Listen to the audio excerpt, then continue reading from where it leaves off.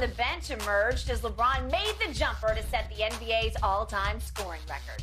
As the rest of the team and what appears the stadium all on their feet for the moment, AD remained sitting on the bench. Shannon, what do you read into this? I'm trying not to read too much into it. I think he was frustrated, Skip.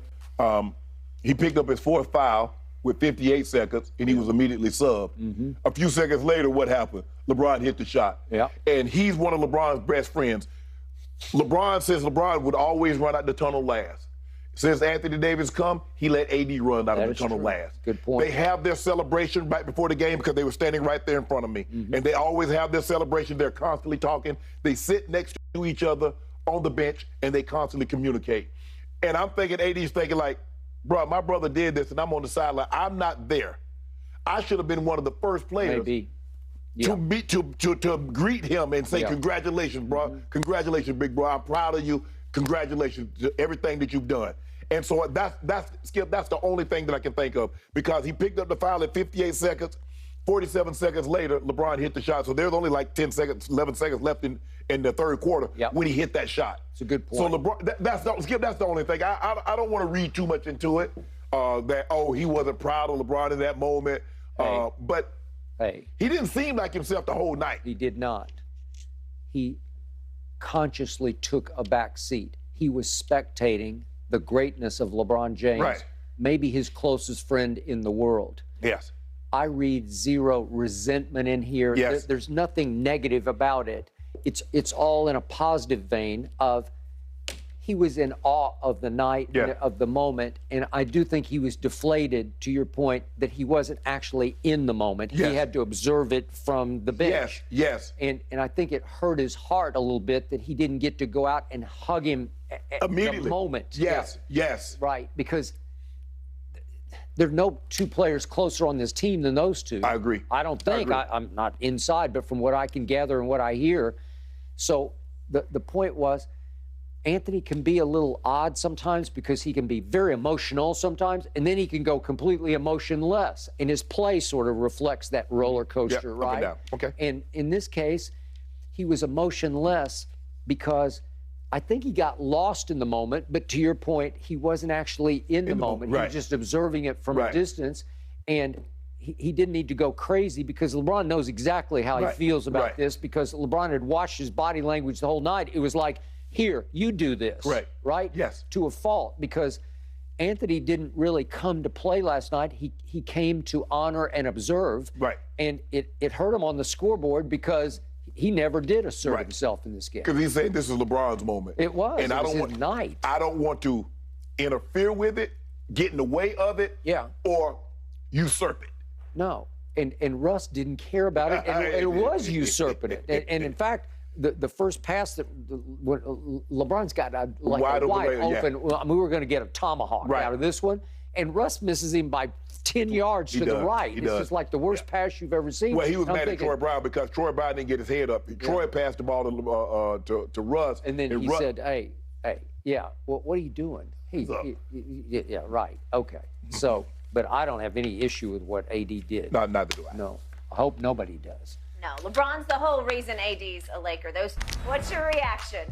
Hell, Aaron has always isolated himself. He's always done what's best for Aaron. What the hell is all of a sudden now he needs to go into isolation? Every time I hear him talk, I go into darkness. I'm confused by this. All he talks about is doing what's best for Aaron. When has Aaron done what's best for anyone else? The Packers. It's always been about him, because when they thought he was on the decline and they wanted to move in another direction, how could y'all do me like this? Not looking at what's best for the team. It's always about him. He needs to go into darkness. This won't Wasawuga or whatever that messy ayahuasca, whatever he's drinking. Sometimes you just go to meditate. You just go and you don't pull the blinds down when you go to sleep, and you don't cut your phones off. I start to hear you talk. I want to do everything that you mentioned that people don't do. Cut my phone off, pull the blinds down, put a blindfold on, plug my ears. Bruh, you want to play football or not? It's really that simple. He wants to make it this long, drawn-out process. Aaron, we really feel like for you to come. That's what he wants. He want Mark Murphy or Gutekunst to pick up the phone, maybe Matt LaFleur to pick up the phone. Hey, Aaron, we really would like to have you back. We want you to come back. He want them coming on, it's Valentine's Day. So he wants them to come with like 2,000 roses, back the truck up, a dump truck full of roses, and dump them out on his porch. True. To show their love and adoration that they have for him. And how could the Green Bay Packers possibly move forward into the 2023 season without him at quarterback? Aaron, would you please come back? What can we do to make it right? As opposed to, Aaron, the last 3 years you come up small, right? You told us that you wanted a home playoff game. You wanted a home championship game. Yep. Because all the championship games that you've had has been on the road. You got one, and what you do with it? You had the ¡1 seed the next year. You did. And you had Jimmy G at home, and what'd you do with it? And you had a winner-take-all game. If you go to the playoffs, if you beat Jared Goff, and you were at home, what you do with it? So you keep telling me you want all this, this, and this, and when you get this, this, and this, you do that? Yep, you do that. Go ahead. As you say, miss me with all that. Okay, my turn. I always try to be open-minded to these things. I don't necessarily believe in this, but I'm not going to dismiss it. To look deeply inside your psyche, your heart, your soul. You're going to look in the mirror. Yeah, go look in the mirror. Okay, but I don't dismiss it. I don't discount it because I haven't tried it. No. Not sure I will try it, but it's not me. It's just not the way I operate. Right. I'm not a ayahuasca guy. Yeah. Okay, he says this time no ayahuasca, although this isolation can trigger whatever this other thing is called. Yeah, DMT. DMT. All right. So it's like me running on the treadmill. I like to trigger endorphins. Yeah. I believe in them in your system. You can lift weights as hard as you can. All of a sudden they'll just trigger. Right. And man, you're skying. Yeah, man. yeah, You're flying. Yeah. Right? Okay, I'm just doing it with natural DMT. Okay. The point is, I don't mind him trying these things. I don't condemn it, but he volunteered this. He announced, I'm going to try an isolation retreat, which is to me the equivalent of when you give money to charity. If you give, it's like the Bible says, don't display alms before men. Yes. Don't go to the sanctuary and tell everybody, I just gave millions of dollars to so-and-so. And Skip, the thing was I've donated money, and then it came out that I donated, so now I do it anonymously. Okay. You don't need to know. I ain't doing that. Likewise. Touche. Thank you. This is not anonymous. He's going public with it. I'm going to do this. He is the ultimate blame deflector. He is the ultimate all-time media manipulator. He is the ultimate fan body manipulator because he manipulates Packer Nation into making himself a sympathetic figure after coming up smaller and smaller and smaller at home, and all of a sudden he gets smaller, Skip. Yeah, I know. I mean, he did okay against Tampa, and then he was like this tall against Tampa, then he was this tall against San Francisco, and he was like right here against Detroit. Right, and the first one, going back 2 years ago, that was for all that was to get to the Super Bowl with your first ever home NFC Championship game, and then you just had a divisional game at home as the 1 seed, and then you were relegated to having to play Detroit, the Lions, for a playoff berth. And remember that was a fluke. Yeah. But Aaron threw 3 interceptions in the end zone. He'll clean that up, and they'll run away. Okay. I lost the case of do bet on it because you said Detroit was going to beat them. I did. Okay. So now he has managed to once again flip that whole script into turning himself into a sympathetic figure. Aaron, please come back. Yeah. We need you. Yeah. We're not ready to go forward with Jordan Love. We need you, Aaron, please. Well, the joke is ultimately on Green Bay management because they gave him his money and they held themselves hostage, right? Yes.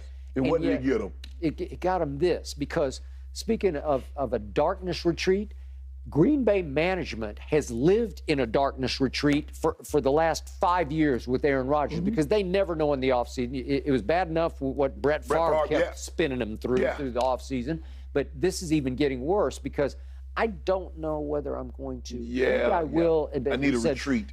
I need a darkness retreat to get to what he calls a final decision. I think you know exactly. Bro, you want to play yes or no? $50 million sitting on the table. Yeah. I'm pretty sure he's going to play. Want to bet? I'll bet you $5 that he takes the $50 million. I bet he does too. Yeah, come on. We know what's going to happen, but he's got to play it out. He's like human clickbait now, and he knows exactly that he's going to force Shannon and Skip to talk about this, and he's sitting somewhere watching us cackling, hooting, keying. And guess what? He ain't in isolation. He's watching TV. He's watching TV. So that's the point. He gets us every time because he's a big deal. He's one of the best quarterbacks still. He's a Hall of Famer, obviously. He's first ballot. We get all that. Yes.